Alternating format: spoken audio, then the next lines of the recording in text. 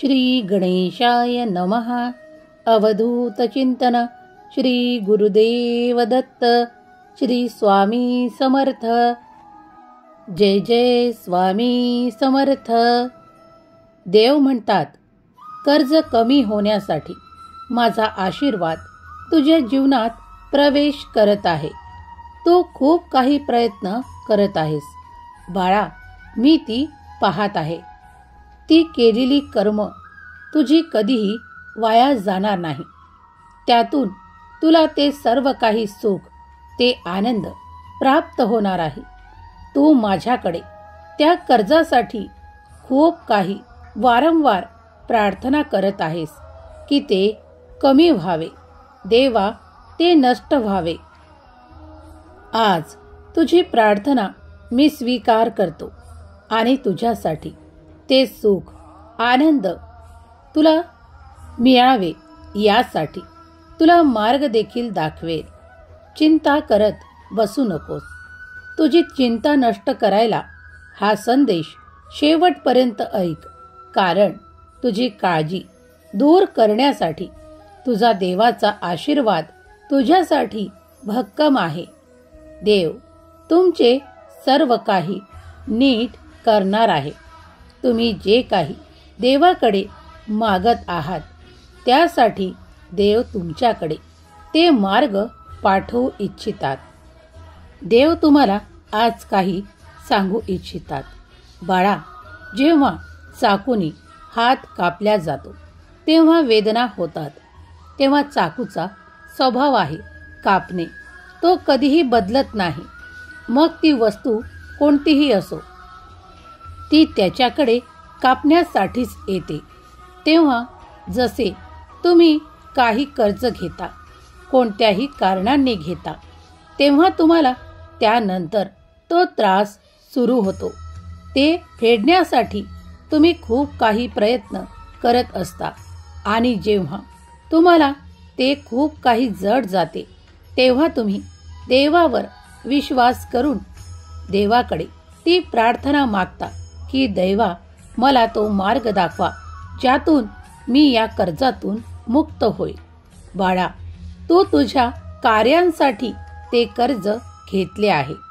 तेव्हा ते योग्य वेळेत तुला ते सोपवायचे आहे. तर त्या दिशेने कार्य कर. वेळ निरर्थक वाया घालवू नकोस.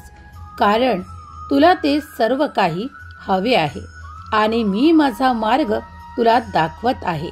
त्या मार्गावर तुला चालून ती संपत्ती, ते खूप काही सुख आणि ते आनंदाचे क्षण देखील प्राप्त होतील. मला माहीत आहे की माझ्या बाळाने खूप कष्ट, खूप दुःख सहन केले आहे. पण आता मात्र त्या दुःखाची शेवटची रात्र ठरणार आहे. बाळा, तुम्ही ज्या गोष्टींसाठी कर्ज घेतले आहे ते काही दिवसातच संपायला येईल. ते कर्ज तुम्ही तुमच्या बळावर घेतले आहे. तेव्हा तुम्हाला मी ते बळ देऊ इच्छितो की ते वाढेल आणि तुम्ही त्यासाठी कार्य करू शकाल. तुमची प्रार्थना मी ऐकली आहे. उद्या तुमच्याकडे तो एक चमत्कार प्राप्त होईल. जेव्हा तुम्ही सकाळी उठाल तेव्हा तुमच्यासाठी तो एक नवीन प्रकाश असेल. माझा चमत्कार तुमच्या दिशेने मी पाठवू इच्छितो. त्याला तुम्ही स्वीकार करावे. तुम्ही जे कर्म कराल तसे फळ मिळेल, अशी एक जुनी म्हण आहे. म्हणजे चांगले कर्म केले तर चांगले फळ मिळेल आणि वाईट कर्म केले तर वाईट फळ मिळेल. आपण सर्वांनी हे ऐकले आहे, परंतु आपण या गोष्टीवर आतून फारच कमी विश्वास ठेवता. बाळा, जर तू ते कर्ज घेतले आहे तर ते तुला योग्य वेळेत परत करायचे आहे. तेव्हा मनाशी ती गाठ बांध की त्यासाठी मी ते परिश्रम करायला तयार आहे. तेव्हा माझा चमत्काराचा आशीर्वाद तू प्राप्त करून तुला ती संधी प्राप्त होईल आणि तू त्या दिशेने वळशील.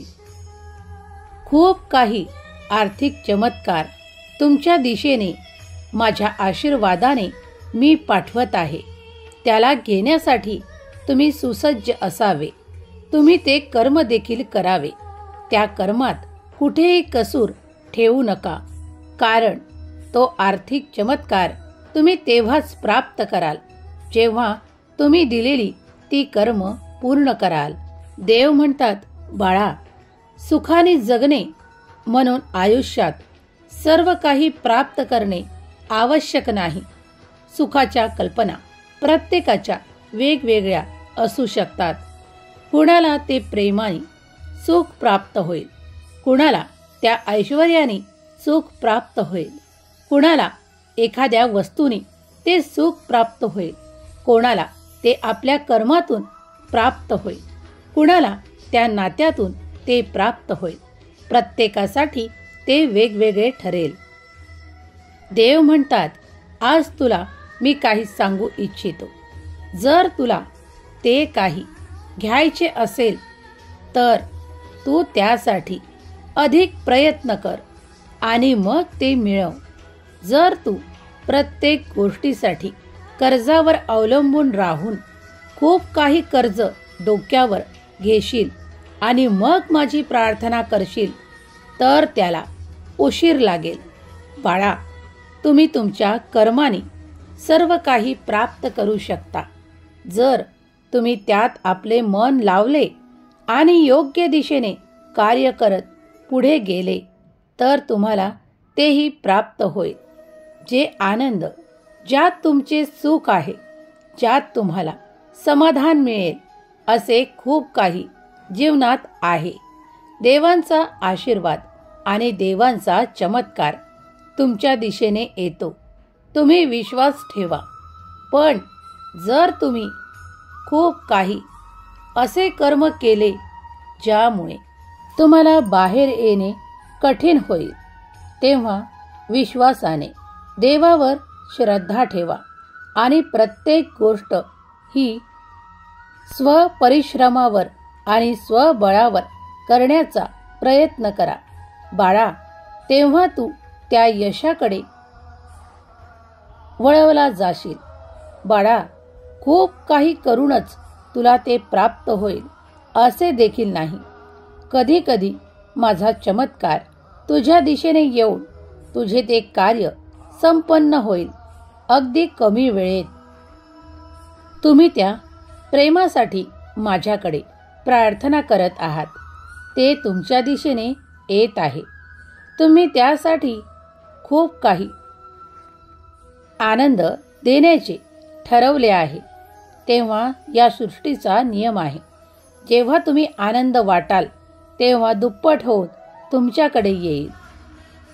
देव म्हणतात, बाळा, प्रगतीसाठी आणि उन्नतीसाठी जो खरा परिश्रम करेल आणि जो सच्चा असेल तोच पुढे जाईल.